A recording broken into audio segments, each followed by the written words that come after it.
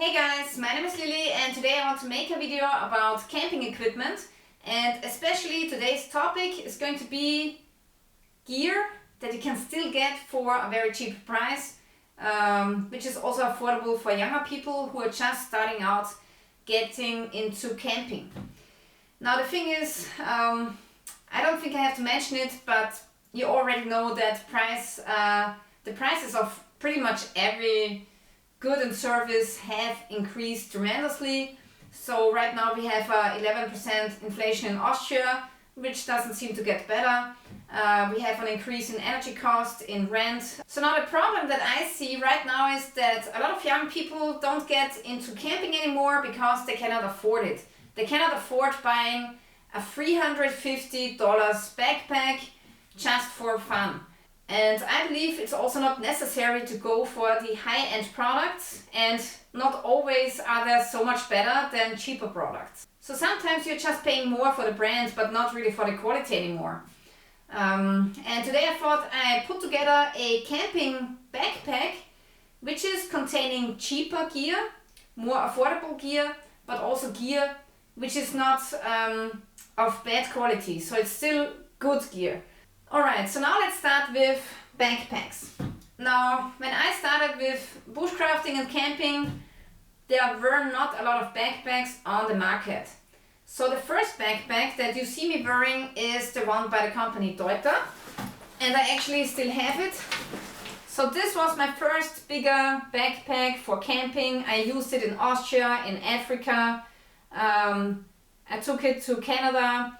So in general, this backpack was really good quality, but it's also really expensive. Alright, so I just checked the price on this backpack here, and I bought it back in 2015.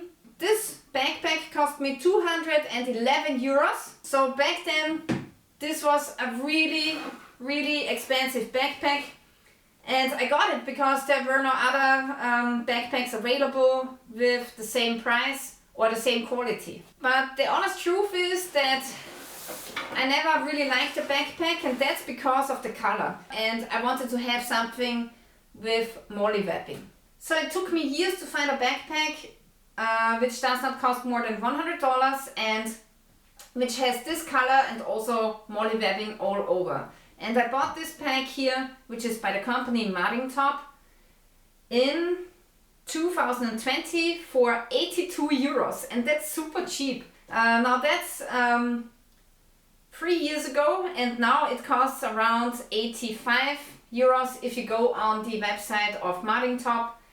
And if you buy it on Amazon, it's a little bit more expensive. So here in Europe you will get it for about 90 euros. That's a super cheap backpack. It's amazing and it has great quality. So if you take a look at the back side, it comes with the same padding as the Deuter. So it has really nice shoulder pads with good airflow. It comes very well padded, so you don't have any hard objects sticking into your bag, and then you can take the shoulder and put them further down if you want to. So yeah, really good quality. You have high quality straps and buckles and really good hip flaps. So here on the front you can see mollywapping all over it, and then you can access the backpack from the bottom, from the middle, but also from the top. So here on the bottom I have packed a sleeping bag. So if I need that, I just open up this compartment and I can access it quickly. Then the same goes for the middle section, and you can open the middle section, reach inside and get what you need. Then here at the side you have some huge pockets. They are really deep and wide. You can fit a military style canteen into here. Then you have more mollywapping at the side, and here you have a big compartment which is flat and really big, and that's true for both sides of the backpack. Yeah, this is the bag. I really love it. It's so comfortable to wear, and I've worn this backpack a lot of times in the forest with a lot of gear inside, and it was always comfortable. And what I really like about this flaps here is that you have extra compartments where you can put in your car key or wallet. Or on this side I have something to write. And this is actually my compass. So this is my navigation compass, and I keep it here on the side so that you can navigate while hiking. And also I keep this compass in a tin can so that it's protected from damage, because in case I'm falling onto my side here, I would destroy the compass because it's made from this plexiglass. And this is why I always put it inside of my tin can, and this way it has a little bit of more protection. So that's what's in my left side pocket. Okay, then here at the side I have two products. Most of you guys know what this is. So this is the Barco hand folding saw. And back in the day I bought this together with the Barco knife for 25 euros. So that cost me 25 euros back in the day, and it's really old. So I've used this saw a lot. It's a little bit dull maybe, so I have to figure out a way to sharpen it. Now this stuff is not so cheap anymore. It has gotten quite much more expensive. So yeah, but still this is good stuff here. Is it the best knife? Certainly not. There are many better knives out there, but if you are on a budget, you will be fine with this. Okay, and this is what's packed in my backpack. So first here you can see that we have a top flap that we can open up. And inside I have a really good first aid kit. And then also I have a very cheap poncho, which cost me around, I believe 15 bucks. So this is what I would take if it's starting to rain and if I had to cover myself and also the backpack from raining. Now for a rain cover, this backpack also comes with a separate cover for the backpack. Here you can also see the brand name MandarinDuck, and this goes over the entire backpack. So this is how you could walk in the rain and keep off most of the water from the backpack. Okay, now let's open up the main compartment of the backpack. And here I got a Canteen carrier. And this is the Canteen at the inside. This Canteen I bought for 18 euros. It comes with a Canteen and with a cup. And I can say it's of really good quality. It's stainless steel. The only thing is that it's a small mouth, so it's a little bit harder to clean. Alright, so this is the lid that comes with the Canteen. And you really have to watch out that you're not losing the white plastic thing in here, because otherwise the Canteen is not closing watertight anymore. So you really have to be careful that this is not coming out. So that's the only thing that you have to be careful for. But otherwise, this is a really dandy fine Canteen, which you can get around for 20 bucks right now, and that's a good price. And if you are on a budget and you don't want to spend so much money, you can still get a really nice Canteen. Alright, next, here we have a hank of paracord, and I think it's still the best cordage material that you can get for camping and for survival. Okay, next, in here we have a signal whistle. Usually I attach this on the shoulder strap or I hang it around my neck. Okay, then I have attached a light, and I got this light here for 10 bucks. And it's really bright. But the capacity is not the biggest, so it will probably be out after one night. And then you can recharge it via USB, so you need to carry a power bank for this light. But still, I have to say, this is really lightweight, it's sturdy. It runs with electricity, so it's really safe. So yeah, I can really recommend this light. I don't remember the brand anymore, but if you search for camping lights on Amazon, you will find one which has a similar look. Okay. Next in here I got a fishing kit that I made myself from white PVC. So it was really cheap to make. Also here I have glued on a compass, and then at the other side here on the inside I have a magnet. And then let's check out what I have inside of the tube. So yeah, this is the contents of my fishing kit. In here I have dozens and dozens of fishing hooks, weights, swivels, eye hooks for making a makeshift fishing rod. Yeah, so really a lot of fishing hooks in here. And I also have wrapped 2 different sizes of fishing line around the pipe. Yeah, then I have a small Opinel folding knife in here. This is, I believe, the number 4 size. And yeah, it's good enough to gut some fish. Here I got a ferrocium rod, fire steel. And then I got a folding multi-tool which has pliers. And last but not least, I have a cork. Yeah, and this is the other end where there's just a small bait chamber. This is where I'm going to store my bait.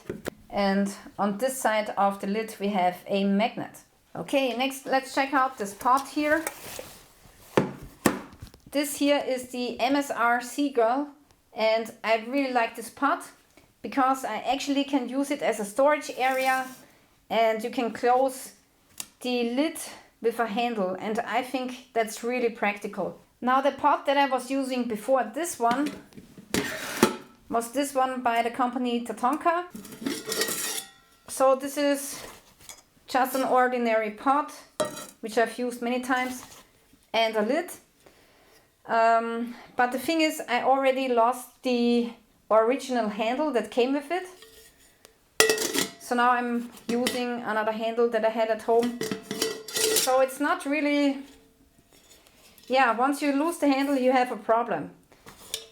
So the good thing about this kit here is that you cannot really lose the handle because it's fixed to the lid or to the pan here at the side. So this is not going to be an issue if you get the MSR Seagull. Okay, now let's check the price for the MSR Seagull. So right now, if you take the 1.1 liter version, it's 27 euros. The 1.6 liter version is 36 euros. Okay, so this is the lid. The lid does not come with a handle, so you cannot really use it for cooking. So the lid of the Tatonka kettle is a little bit better. Also, the Tatonka kettle comes with a handle like this, so you could hang it over the fire. Here at the MSR, you have a handle like this, and you can only put it onto the coals or onto a stove like so. Next in here I have a couple of cooking utensils and also my soya mini filter. Now I had a couple of those. Honestly, the first one that I bought cost me 26 euros. This one cost me 36, and now I see them going for 50 euros. Honestly, I think they are now overpriced. I would not get them anymore. Yeah, these are good filters, but I think 50 euros is not worth it. Okay, then I just made a mess inside of my pot here. So unfortunately my salt, this is all salt, guys. Okay, so this is another reason why I like this lid. So in case anything in here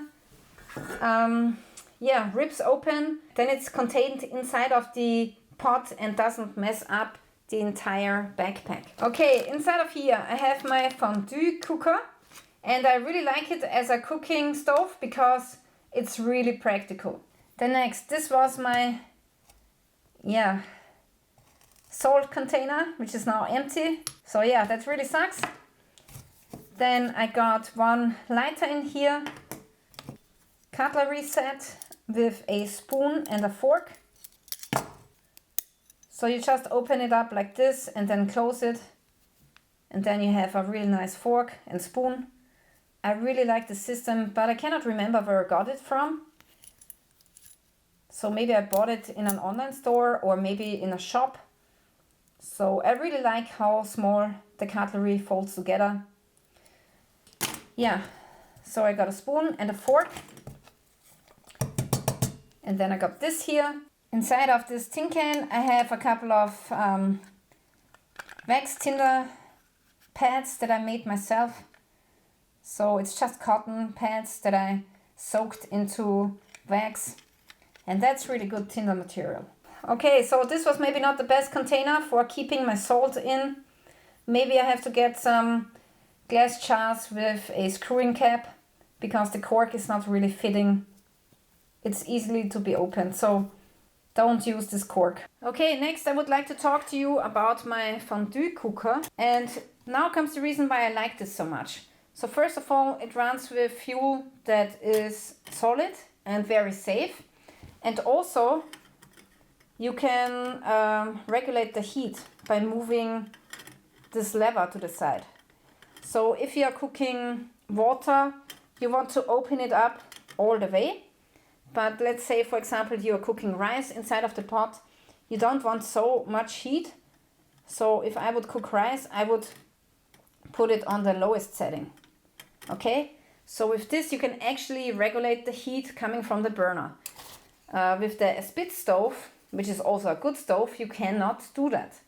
This will always deliver 100% of energy and you cannot regulate it.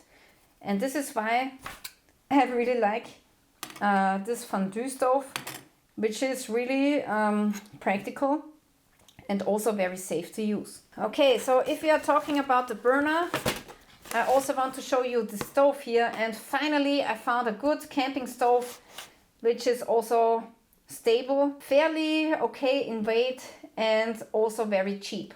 So this is the folding stove by Koglenz and I bought it for 18 euros. So this is brand new and you just put it together like this.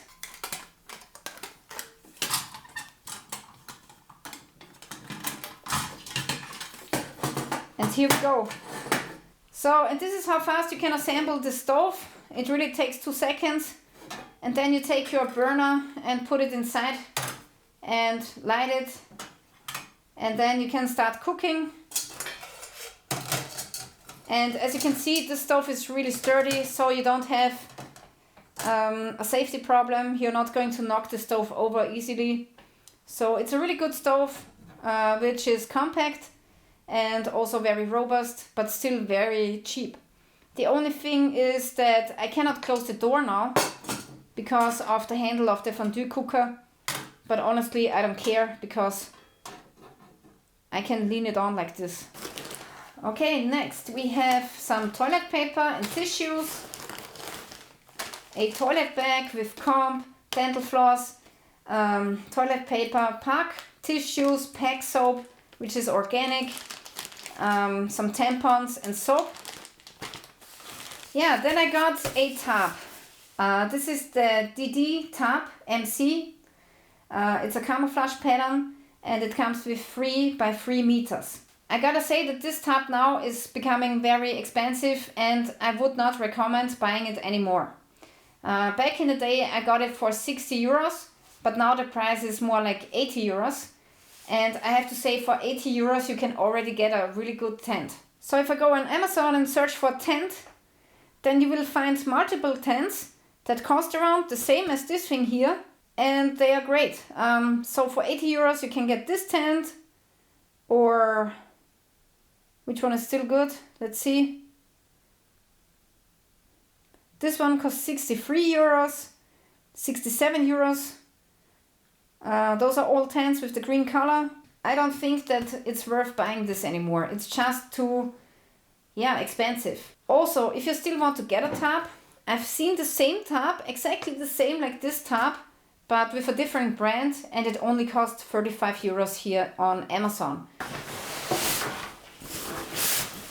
Okay, the last item of the day is my military sleeping bag that I got for 25 bucks in an army store in Austria, and that was 7 years ago. So this is a used sleeping bag which is used by the Austrian military, and it's made of very good quality. It's a synthetic sleeping bag, so it's rather bulky and big, but it's doing its job and it will be fine down to maybe 5 degrees Celsius.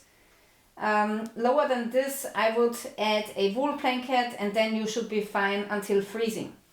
So yeah, it's a really good sleeping bag. I like it. The only thing why I'm not using it is because it's really bulky and big and also heavy. So this sleeping bag is great, but most of the time I'm using my ultralight sleeping bags that I have, which weigh half of the weight than this one here and which are also half of the size. Alright guys, so this is all of the gear that I could pack into this backpack, and still we had 20% of more space left for either additional clothing or food. So yeah, I really like the size of my backpack because it's big enough to take all of this gear, and then you still have more space for camera equipment, or maybe for food for your dog, or maybe you have to carry something for your child. So yeah, I think for me 65 liters is the perfect capacity for this backpack. Yeah, what else there's to say? The gear that you can see here is good quality gear, which is not too expensive, and I think that's important, especially when you are young and starting out. Yeah, gearing up. And the good thing is that this gear here is also the base for bug out bags.